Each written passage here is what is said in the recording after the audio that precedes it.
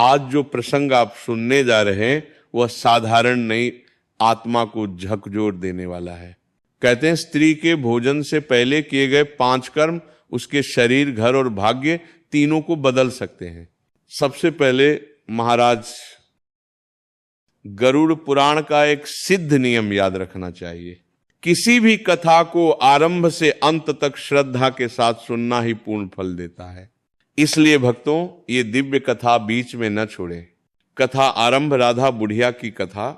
एक समय की बात है, एक सुदूर गांव में 70 वर्ष की राधा बुढ़िया रहती थी। न धन न संतान, बस एक छोटी सी झोपड़ी, लेकिन उसके भीतर थी अद्भुत भक्ति। राधा हर सुबह उठकर झाड़ू लगाती, तुलसी में जल चढ़ाती, भगवान की पूजा करती। उसके पास एक पुरानी झाड़ू थी जो उसकी सास ने दी थी।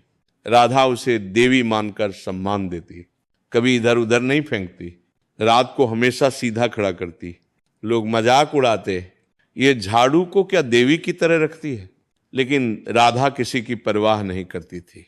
दूसरी ओर कमला देवी की हवेली, पास ही रहता था धनी सेठ लाला रामनाथ और उसकी पत्नी कमला देवी। धन अपार था, लेकिन घर में गंदगी, कचरा हर जगह और मन में शांति बिल्कुल नहीं। कमला देवी झाड़ू को पैर से ठोकर मारती, शाम को सफाई करवाती, कचरा सूरज ढलने के बाद फिंकवाती। शास्त्रों में ये सब माता लक्ष्मी का अपमान कहा गया है। गांव में आगमन साधु महाराज। एक दिन गांव में एक महान ज्ञानी साधु महाराज आए। उनके पास लोग अपने दुख कष्ट लेकर पहुंचने लगे। कमला देवी भी पहुंची और बोली, महाराज धन तो बहुत है पर घर में शांति नहीं है। महाराज मुस्कुराए और बोले, बेटी धन होना और माता लक्ष्मी की कृपा होना 2 अलग बातें हैं। और फिर उन्होंने 5 दिव्य नियम बताए। आर्य भोजन से पहले स्त्री के 5 पवित्र कार्य। 1, झाड़ू लगाना, घर की नकारात्मक ऊर्जा दूर होती है।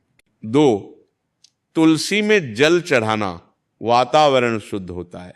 3, रसोई को साफ रखना, यह मां अन्नपूर्णा का स्थान है। 4, भगवान को भोग लगाना, भोजन प्रसाद बन जाता है। 5, गाय को रोटी खिलाना, इससे घर में अन्न धन बढ़ता है। साधु महाराज बोले, जो स्त्री ये 5 कार्य करके भोजन करती है उसके घर में लक्ष्मी स्थिर हो जाती है। कमला देवी के मन में पश्चाताप हुआ। उसे याद आया वह तो रोज इन नियमों का उल्लंघन करती है। परिवर्तन की शुरुआत। अगले दिन उसने नियम निभाने की कोशिश की, पर झाड़ू सम्मान से नहीं संभाल पाई। मन में भक्ति नहीं, सिर्फ दिखावा। माता लक्ष्मी मन का भाव देखती हैं, केवल कर्म नहीं। उधर राधा बुढ़िया प्रेम, भक्ति और सादगी से हर नियम का पालन करती रही। धन नहीं था, पर घर में शांति, प्रेम और समृद्धि सतत बनी रही।